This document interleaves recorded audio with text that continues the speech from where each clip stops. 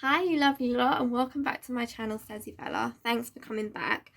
Today's video is going to be about what is autism and how do they experience the world around them.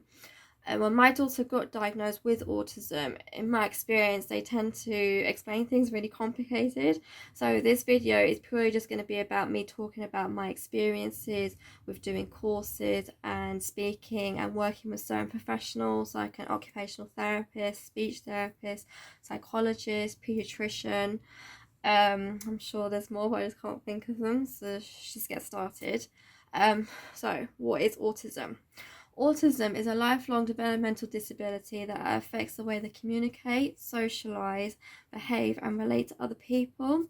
Usually it's present from birth, but you can't always tell. I mean, with my daughter, I couldn't tell straight away. It wasn't until she started missing milestones, like missing them by a lot. So with her crawling, she didn't start crawling until she was gone 1.5, and she didn't start walking until she was gone 2, like a couple of months after 2. It was the same with her talking as well. I mean, she said mummy and daddy, and she had this favourite film. I don't know if you know it. It's called Tangled. It's her favourite film, and it still is to this day.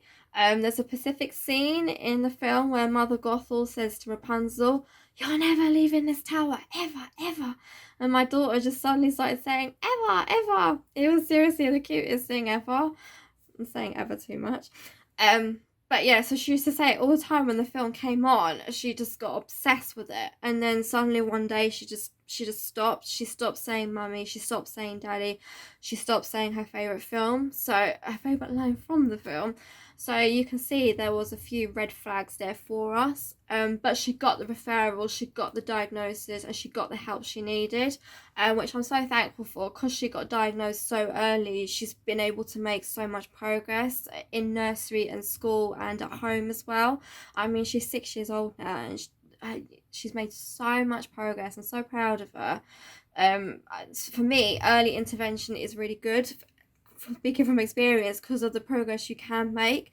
So if you think your child does have autism, or they're showing some aspects of autistic traits, I would definitely speak to a doctor just to get the referral and get that peace of mind, because you don't know at the end of the day. I mean, when I took her to see the health visitor because of her missing milestones, and they said, yeah, we can tell there is something wrong. So she got the referral, and when she got the referral and we went to get examined and all that, they were like, yeah, we're 99% sure she's autistic. And I was just thinking, what is autistic? What is autism? What's wrong with her? But so they gave us this sort of massive book about autism, and they told us to go to certain websites and to avoid certain websites, because some people just blow it out of proportion and make it sound much more worse than it actually is. But definitely, I would definitely get the referral just for peace of mind, just to see if there's anything wrong. And you never know, then they might just have a developmental delay, or there might not be anything wrong with them. They might just be taking their time. You don't know. So autistic people see and hear and feel the world differently. I can't stress it out enough.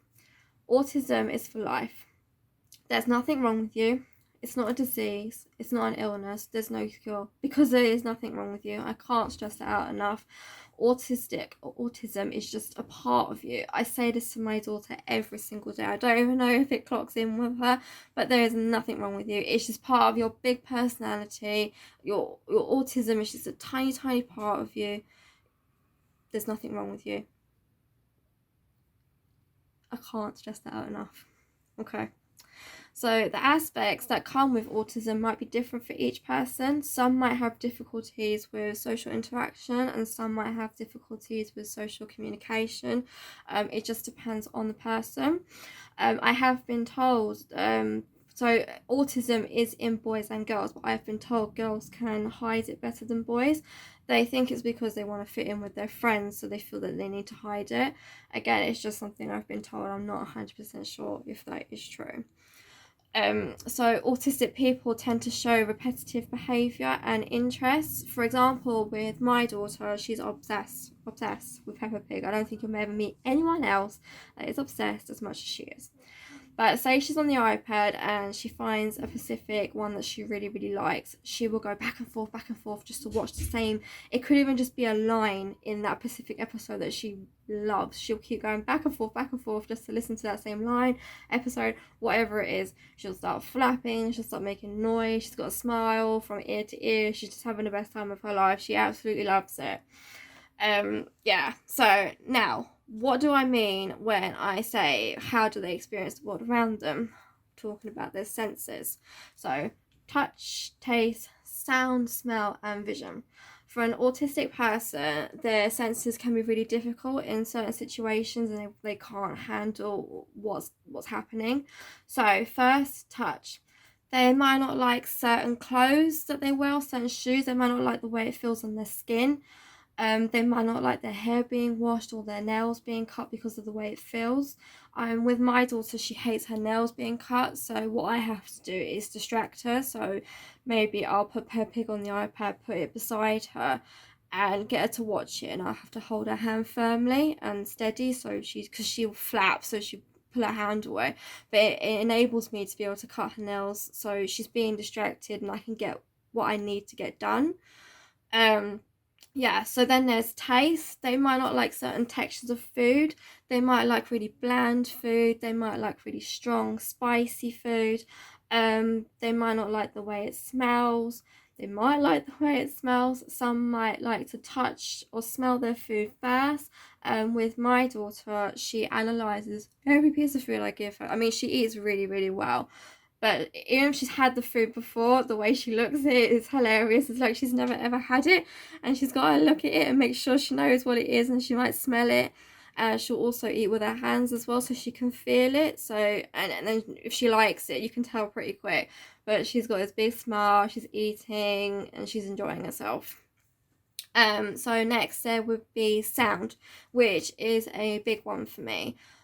Some might not like really loud noises, like some might not like a hoover, a dryer, a siren, or just busy places in general. I found this out the difficult way with my daughter.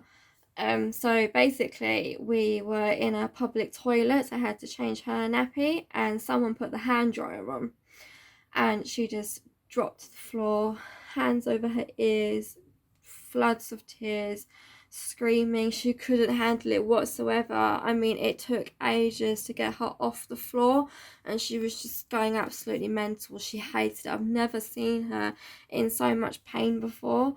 I mean, we can go outside and sirens don't really bother her that much, and me hoovering, I mean, sometimes she might cover her ears a little bit, but she doesn't look distressed at all. I mean, she's pretty good at distracting herself.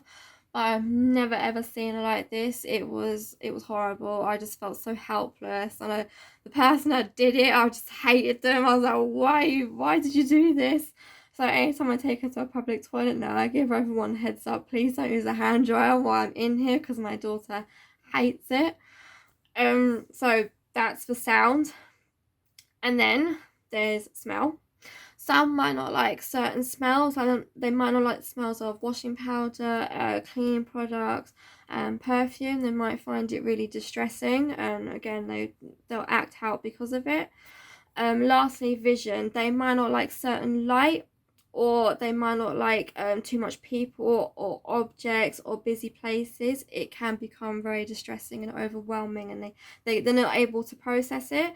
With my daughter, she doesn't like busy places. So say if we go out shopping in a big shopping mall or down in central London, you've got to distract her because there's a lot of people, but obviously she needs to go out, she needs to go and get something. I can't always order online, so I do want to try and take her out a bit more, because I do tend to try and order things for her online. But say if we do go out, I make so I'll do this in another video, but I'll make this bag, a distraction bag of things that she can have while I'm trying to buy her clothes and buy whatever I need to get. So it can be her iPad, she could be watching Peppa, she could have one of her Chewy toys that I've shown you in a previous video. She could have her dummy that she just bites on. She could have one of her books, one of her sensory toys.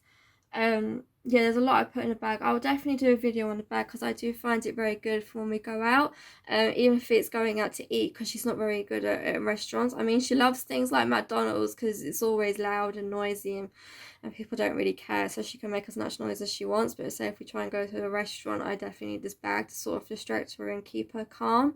Because I want her to experience things that other people experience. I don't want her to feel like, yeah, she's autistic so she can't do certain things. It's not like she doesn't like going, because once she's there, so say for eating, she likes the food. She behaves, she's very good, but then to other people, they might not like it. So with the bag, there's things in there that I can hopefully calm her down and keep her calm and happy at the same time. So with all of this, I found having an occupational therapist really good with these certain things. My daughter has routine because of it. I mean, she had routine before, but now I've got a routine for everything. Like if we go out, we have a routine to go by, a bedtime routine, a getting dressed routine, breakfast routine. She's routine based. She has routine for everything. So I know what she likes, what she doesn't like. I know what makes her scared now and anxious, and how to help her in those situations, and try and prevent them situations as well. I found, being a parent of an autistic child, there's loads of good advice out there and support. One of my favourite websites is I forgot what it's called now, the National Autistic Society. I found it to be really helpful, and there's lots of information on there. And listening to other people's stories as well, I found really helpful. Because I can sort of try and relate to them or help them if I've been in that situation, or if I'm struggling with something that I haven't found a solution yet and they have, I can sort of take it on board and try it out and see how we go. So yeah, and they can help me with anything I'm struggling with. Or I found with doing these courses as well, I had so many sort of different stories, and I was able to help certain people, and they were able to help me as well. And yeah, it's really good. And I would definitely, if you get the referral because your son or daughter ends up being autistic, I would definitely do the courses, because I was very optimistic at first about doing them, but they really do help. I mean, you get loads of information by it. So definitely I would do it. So that is my video. I hope you found it useful, and yeah, I hope you can take some things from it and hopefully picked up some stuff as well. As I said, I'm not a professional. I don't do this for a living. It's just what I have picked up or learned, or I've used myself in certain situations, and maybe it will help you as well. So if you liked my video, thumbs up, subscribe. Yeah, I'm gonna stop saying now. I feel like I've said for my whole video. Did it again. I look forward to seeing you next time. Again, I hope you liked my video and found it useful. I will see you in my next video. I'm not sure what it's going to be yet. I hope it was something fun. Maybe a clothes one. A nice haul. So yeah, thank you for watching my video. As I said, thumbs up, subscribe. I'm on Instagram. I'll put the link on if you'd like to follow. Yeah, so thank you for watching. Bye bye.